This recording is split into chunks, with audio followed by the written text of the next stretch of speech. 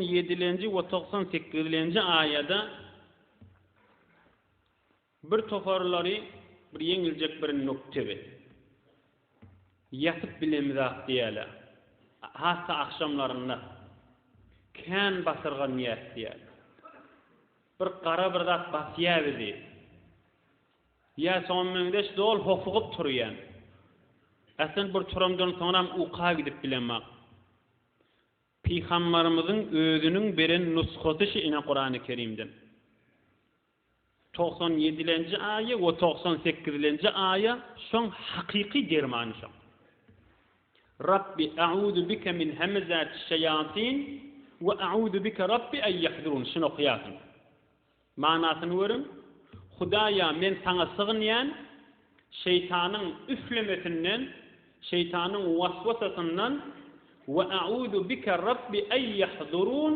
Hudaýa asen men saňa sığınýan şeytanyň men ýanyma gelmeginden. Uqusy behamip çıkarar kaptandan bir zat mızahım bolýan mukadiyan bolsak şunu eşitdiran. Kaygıtys şunu okuyup keyif etip ýatdy. Bir wagtda şunu okuyandan soňranda ýene mızahım ba mukadise onna arkaýyn korkman ýatyberdim zerer berip bilmedi. O näme muka, zın mukam, perişte mukam, ruh mukam, näme mukam on kelläňde agytyp görmeliler.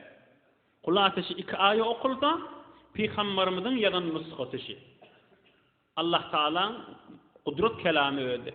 Hudaýa şeytanyň waswasasyndan we jin şeytanyň men ýany gelmeginden saňa sığınýan, senden kömek isteýän diýip ine hikaýa bar. Şunu aýtsaňyz, awwala arkaýyn ýatarsaňyz, Hazreti Halid ibn Velid diýen bir daýaw sahaba barmyş. Ya Rasulullah men akşamna ýatyp bilemek diýipdir. Hofugup turýan diýipdir. Garam bir zat bahtiýam men diýipdir. Şonda bir doga öwresipdir Peygamberimiz eýni hu şu hikaýadan al. Şu hikaýany okuýsaňyz bolar inşallah.